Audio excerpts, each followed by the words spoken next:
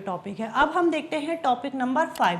Topic number 5 में है salary administration, जिसे हिंदी में कहा जाता है वेतन प्रशासन। ठीक, इसकी भी मीनिंग देखते हैं हम यहाँ पर। पहले देखो इसकी जो मीनिंग दी हुई है, इसकी मीनिंग में यहाँ पर दिया हुआ है पे एडमिनिस्ट्रेशन या सैलरी एडमिनिस्ट्रेशन में पे administration refers to the process of determining, disbursing and controlling employee pay in a fair, just and systematic manner. The objective is to ensure that each employer receives a fair, timely and consistent pay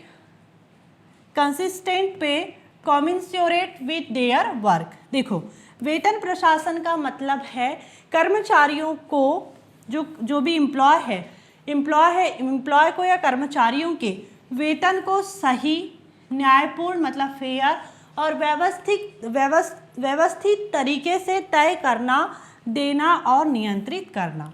इसका उद्देश्य क्या होता है, इसका objective क्या होता है कि हर कर्मचारी को उसके काम के अनुसार उचित वेतन और समय पर उसको वेतन मिलना चाहिए। मतलब देखो, जैसे कि कोई एम्प्लॉय है, मैनेजर है, मान लो एक ऑर्गेनाइजेशन में मैनेजर है, इसके नीचे यहाँ पर सुपरवाइज़र है, इसके नीचे यहाँ पर वर्कर है। ठीक है, वर्कर है। अब यहाँ पर मान लो कि मैनेजर की सैलरी भी 50,000 रहे और वर्कर की सैलरी भी वही रहे, तो भाई दोनों में डिफरेंसेस क्या है? दोनों में तो कोई डिफरेंसेस नहीं है। दोनों की जो जॉब रिस्पॉन्सिबिलिटी है, जो उनकी वर्क रिस्पॉन्सिबिलिटी है, जो उनका स्किल्स है, नॉलेज है, जो भी है, क्या वो सब एक जैसे होगा? अगर एक जैसे रहता तो भाई दोनों यहाँ पर या तो वर्कर रहते या तो दोनों यहाँ पर मैनेजर रहते। दोनों अलग अलग जॉब पोजीशन पर क्यों रहते? तो यहाँ पर जॉब पोजीशन अलग अलग है, मतलब उनकी जॉब रिस्पॉन्सिबिलिटी अलग है, उनकी स्किल्स अलग है, उनका नॉलेज अलग है, सब कुछ यहाँ पर अलग है। तो जो उनकी सैलरी है, सैलरी में भी डिफरेंसेस रहना चाहिए। क्यों? क्योंकि जो जितना काम करेगा, जो जितनी रिस्पॉन्सिबिलिटी निभाएगा, उसको उतना ही पेमेंट मिलना चाहिए। ठीक है, तो यहाँ पर जो वेतन है, वेतन सही, न्यायपूर्ण और व्यवस्थित तरीके से तय करना, देना और उसको कंट्रोल भी करना, क्या है? सैलरी एडमिनिस्ट्रेशन है। ठीक है, इसका ऑब्जेक्टिव क्या है? जो एम्प्लॉय है उसको उसके काम के अनुसार ही यहाँ पर पेमेंट मिलना चाहिए और सही समय पर भी मिलना चाहिए। तो यहाँ पर ये जो पूरी प्रोसेस है कि भी मैनेजर की सैलरी क्या होगी, सुपरवाइज़र की क्या होगी, वर्कर की क्या होगी, यहाँ पर इसके ऊपर जो भी और पोस्ट है, CEO है, कोई यहाँ पर HR है, तो सबकी सैलरी अलग अलग होती है। तो यहाँ पर सबको फेयर सैलरी देना, उनके काम के हिसाब से सैलरी देना, इन सारी चीज़ों को कंट्रोल करना, इसी को कहा जाता है यहाँ पर सैलरी एडमिनिस्ट्रेशन। ठीक,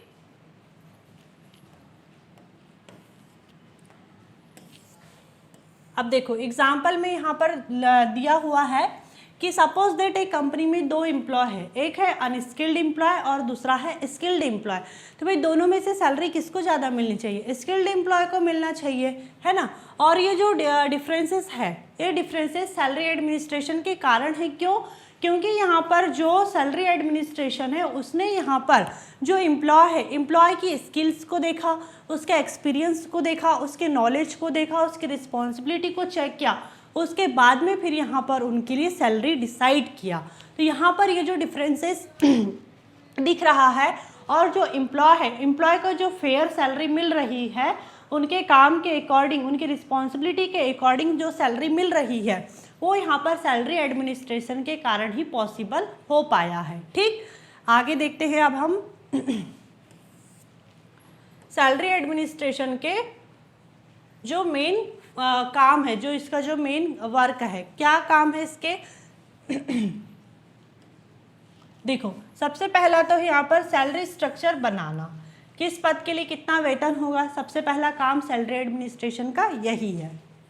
फिर है फेयर पेमेंट को श्योर करना, सभी को बराबर और न्याय के आधार पर वेतन देना। अब सभी को बराबर का मतलब ये नहीं है कि मैनेजर और वर्कर को भी सेम सैलरी देगा, नहीं। अगर एक कंपनी में 2 मैनेजर है, कोई HR मैनेजर है, कोई सेल्स मैनेजर है, कोई मार्केटिंग मैनेजर है, है ना, बहुत सारे हर डिपार्टमेंट के अलग अलग मैनेजर होते हैं। तो सभी मैनेजर को यहाँ पर एक जैसे सैलरी होना, सभी वर्कर को एक जैसे सैलरी होना, सभी सुपरवाइज़र को एक जैसे सैलरी होना। तो जो जॉब पोजीशन है, एक जैसी जॉब पोजीशन के लिए एक जैसे सैलरी को डिसाइड करना और उन्हें फेयर एंड इक्विटेबल सैलरी देना भी इसका एक काम है। थर्ड है यहाँ पर परफॉर्मेंस के अनुसार इंक्रीमेंट देना।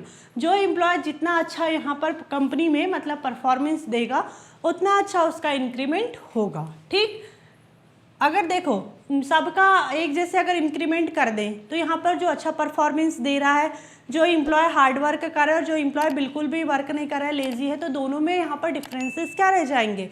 इसलिए जो एम्प्लॉय जितना अच्छा परफॉर्मेंस देगा उसी के बेस पर यहाँ पर उसका इंक्रीमेंट होगा। अलायंस और बेनिफिट्स फिक्स करना। कंपनी सैलरी के अलावा बहुत सारे यहाँ पर अलायंस देती है, जैसे हाउस रेंट अलायंस देती है, ट्रैवल अलायंस देती है, चाइल्ड एजुकेशन का देती है, फ्री कैंटीन फैसिलिटी देती है, बहुत सारी फैसिलिटीज़ और बेनिफिट्स देती है। तो ये सारे फैसिलिटीज़ और बेनिफिट्स भी फिक्स करना यहाँ पर सैलरी एडमिनिस्ट्रेशन का ही काम है। फिर है मार्केट रेट के अनुसार सैलरी एडजस्ट करना। जैसे मान लो कि मार्केट रेट के अनुसार, जैसे कि दो आईटी कंपनी है, ठीक है, एक आईटी कंपनी है ए और एक आईटी कंपनी है बी, ठीक है। अब यहाँ पर जो मैनेजर जॉब कर रहा है उसको मिल रही है 40,000 सैलरी और बी में जो मैनेजर काम कर रहा है इसको मिल रही है 50,000 सैलरी। तो यहाँ ऐसा नहीं होगा। अगर देखो ऐसा होगा तो क्या होगा, जो AIT कंपनी का मैनेजर है वो बोलेगा अरे यार मैं भी BIT कंपनी में चला जाता हूँ ना, मुझे यहाँ पर 10,000 रुपये ज़्यादा सैलरी मिल रही है। तो यहाँ पर क्या होगा, ऐसा नहीं होता है। मार्केट में जैसे एक प्रोडक्ट बनाने वाली या एक जैसे अगर कोई कंपनी है तो उसमें यहाँ पर जो भी सेम जॉब पोजीशन होगी और उनको जो सैलरी दी जाती होगी तो मार्केट में सब कंपनियों में उसका एक जैसे ही रेट चलेगा। जैसे यहाँ पर 40,000 मिल रहा है, यहाँ 50,000, और कोई कंपनी रहे वहाँ 30,000, किसी को 1 लाख, तो ऐसे अलग अलग रेट नहीं चलेंगे। अगर यहाँ पर मैनेजर की बात हो रही है तो सभी IT कंपनियों के मैनेजर को एक जैसे ही यहाँ पर सैलरी मिलना चाहिए। तो यहाँ पर ये क्या है, इस तरीके से जो मार्केट रेट के अकॉर्डिंग सैलरी को एडजस्ट करना, ये भी यहाँ पर क्या है, सैलरी एडमिनिस्ट्रेशन का एक काम है। ठीक, तो आज के जो हमारे दोनों टॉपिक थे, टॉपिक नंबर 4 और टॉपिक नंबर 5 यूनिट 3 के यहीं पर एंड होते हैं। I hope this topic is clear and thank you for watching this video.